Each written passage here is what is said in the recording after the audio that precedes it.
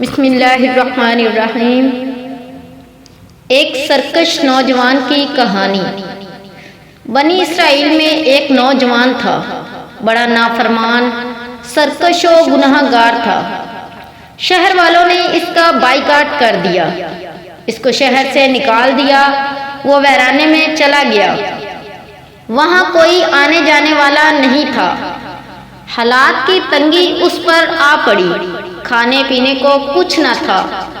اچانک بیمار ہو گیا، لیکن اس کی عقل نہ ٹوٹی۔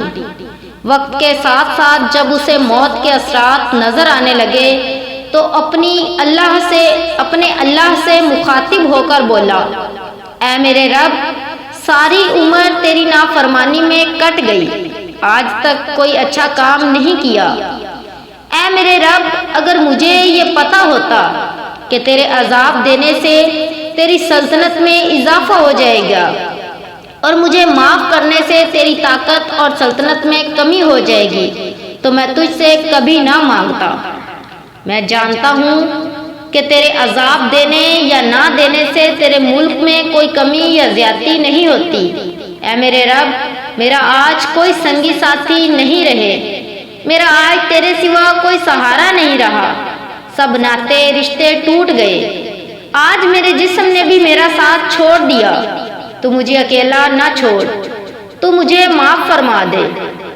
اے میرے رب، مجھے معاف فرما دے۔ اتنے میں اس شخص کی جان نکل گئی۔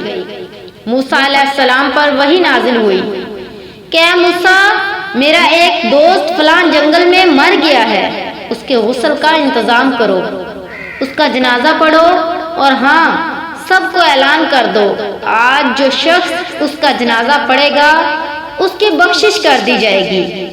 چنانچہ موسیٰ علیہ السلام نے اعلان کروایا، لوگ بھاگتے ہوئے آئے تاکہ بخشش ہو جائے اور اس نیک شخص کا دیدار نصیب ہو۔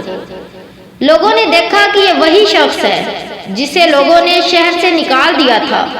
وہ موسیٰ سے کہنے لگے، اے موسیٰ، یہ تو بہت گناہ گار شخص تھا، آج تک اس نے اللہ کے آگے سر نہیں جھکایا تھا اور نہ ہی کوئی اچھا کام کیا تھا۔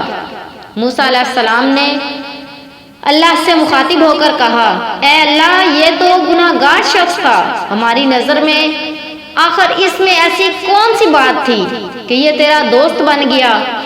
اللہ تعالیٰ نے فرمایا، اے موسیٰ، میں نے اسے دیکھا کہ یہ ذلیل ہو کر، فقیر ہو کر تنہائی میں مر رہا ہے۔ آج اس کا کوئی دوست احباب نہیں تھا، کوئی اس کی پکار سننے والا نہیں تھا، نہ ہی اس کی پکار کا جواب دینے والا۔ لیکن جب اس نے مجھے پکارا تو میری رحمت اور محبت کو جوش آیا۔ آج میں اس کی پکار نہ سنتا اور اسے معاف نہ کرتا تو اور کون اس کو جواب دیتا؟ میری غیرت کو جوش آیا کہ سب اسے چھوڑ چکے، لیکن میں اپنے بندے کو کیسے چھوڑ سکتا تھا؟ مجھے میری عزت کی قسم، اگر آج وہ پوری انسانیت کی بخشش کی دعا مانگتا تو میں سب کو معاف فرما دیتا۔ سبحان اللہ۔ یا اللہ، ہم سب پر بھی ایسا فضل و کرم فرما، آسانی، عافیت، مغفرت کے ساتھ۔ آمین ثم آمین۔